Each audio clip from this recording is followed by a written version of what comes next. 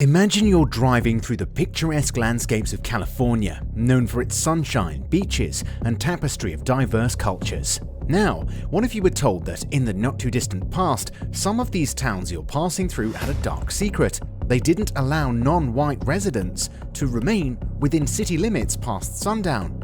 This isn't the plot of a dystopian novel, but a grim, often glossed over part of California's history, the era of Sundown Towns. In today's video, we'll pull back the veil on this disturbing legacy, exploring the origins, enforcement mechanisms, and long-lasting impacts of these racially exclusive towns. The term Sundown Towns may sound picturesque or even idyllic, but the reality is far from it. Sundown Towns were communities, typically in the northern parts of the United States, where, due to racist local laws, customs, or even violence, non-whites were discouraged or outright prohibited from living in or often even being within the town limits after the sun went down. The origin of sundown towns can be traced back to the late 19th and early 20th centuries, primarily in the decades after the Civil War. At that time, racial segregation was widespread across the United States. While the Jim Crow laws enforced a system of legal segregation in the South, the North employed more covert methods to maintain racial segregation. This is where Sundown Towns comes into the picture. These towns spanned across the country from the East Coast to the West, but were especially prevalent in the Midwest and the West. Some of these towns were small, rural communities, but others were suburban towns outside large industrial cities. Regardless of their size or location, their message was the same: if you're not white, don't let the sun set on you here. The enforcement of these racist practices was often marked by distinct signs and symbols. Signs at the town boundaries would often bear explicit warnings cursing the non-whites out. Other towns used more implicit methods to communicate their unwelcome stance towards non-whites, like whistle signals or church bells that rang at sunset, alerting non-whites it was time to leave.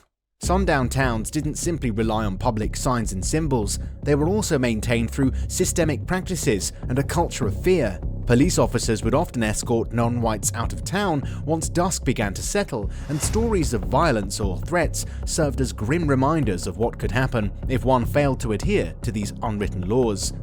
With that understanding of what sundown towns were, let's now explore California's specific relationship with this unsettling practice. California, the state known for its glamorous Hollywood image, Silicon Valley innovation, and cultural diversity, has a less heralded side to its mystery. It's a myth that California has always been a land of inclusivity and progressive values. It's essential to shed light on this aspect because, believe it or not, sundown towns were very much a part of California's past. You might be surprised to learn that places like Glendale, Hawthorne, and even parts of Orange County were once sundown towns. For instance, in the 1930s, Glendale, now a diverse city in the heart of Los Angeles County, had a reputation for being a sundown town where African Americans were not allowed to live and were discouraged from staying after dark.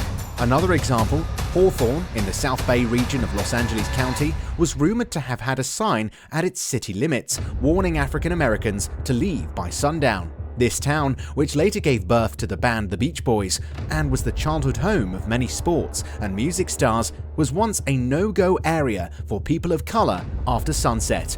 San Marino, an upscale city in Los Angeles County, used housing contracts, also known as restrictive covenants, to exclude non-white people from owning or even occupying property unless they were servants. In the northern part of California, the city of Chico was known to maintain its status as a sundown town well into the 1960s. Chico State University students organized a protest in the late 60s that forced the town to confront its discriminatory practices, marking the beginning of change in the city.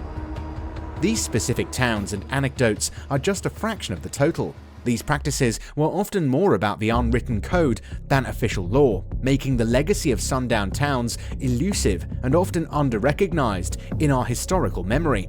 Sundown practices in California, like elsewhere in the country, were maintained through a combination of explicit and implicit mechanisms.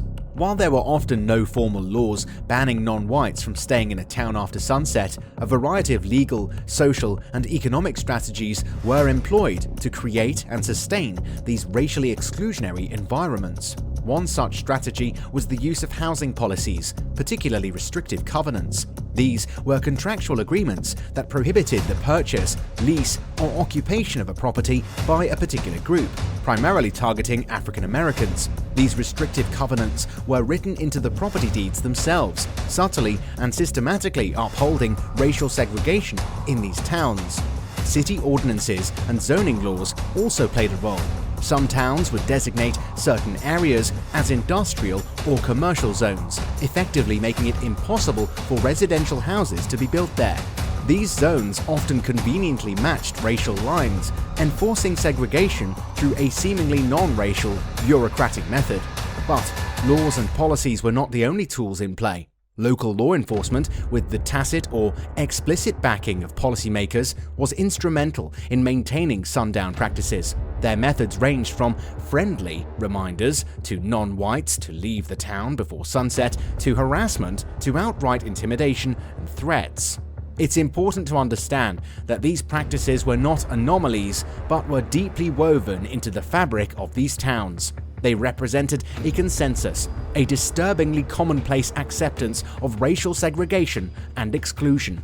These mechanisms made it possible for sundown towns not just to exist, but to thrive and persist, casting a long shadow over the lives of many Californians. We've discussed the policies, the mechanisms, and the players, but at the heart of this history are people, human beings whose lives were directly impacted by the existence of sundown towns. The human cost of these racially exclusive communities is incalculable, touching every aspect of life for minority populations, from their safety and livelihoods to their emotional well-being. Take the story of James, a World War II veteran who recalls trying to buy a house in a town in Orange County after returning from the war. He was excited to start a new life, but was bluntly told by the real estate agent that Negroes were not allowed to live in that town. It wasn't just a matter of a lost housing opportunity, but also a stinging denial of the respect and dignity he deserved.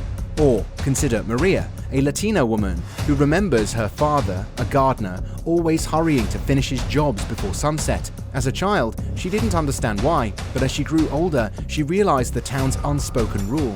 The constant fear of her father not making it home before dark caused lasting anxiety and emotional distress. The experiences of individuals like James and Maria are far from isolated incidents. They reflect the common struggles and fears of countless non-white individuals and families living under the shadow of sundown towns. The fear of being in the wrong place at the wrong time, the denial of housing and economic opportunities, the constant threat of harassment. These factors took an immense psychological, emotional, and economic toll. These practices also created an economic divide. By restricting where non-white individuals could live and work, sundown towns effectively limited their economic opportunities, contributing to a wealth gap that persists to this day. The emotional impact too was profound. The constant threat of physical violence, coupled with the daily humiliations and indignities, inflicted deep psychological scars. This trauma was not just individual, but collective, passed down through generations. Moreover, the dehumanizing effect of these practices cannot be underestimated. By labeling entire groups of people as unwanted or inferior, sundown towns stripped individuals of their dignity and worth, sending a powerful and destructive message about societal hierarchies and human value. It's important to remember these human stories because they help us understand the deep and lasting damage that sundown towns caused. They remind us that behind every policy, every sign, and every enforced curfew, there were people whose lives were forever altered. Remember, by looking back at our past, we can understand the root causes of these inequalities better. And trust me, that's a big step towards finding real, effective solutions. By doing so, we're honoring the memory of those who endured the harsh rule of sundown towns, and we're saying loud and clear that we won't let such injustices happen again. Thank you so much for coming along on this journey with us. It's important that we keep this conversation going because together we can create a world that's fair, just, and treats everyone with the dignity they deserve. See you soon.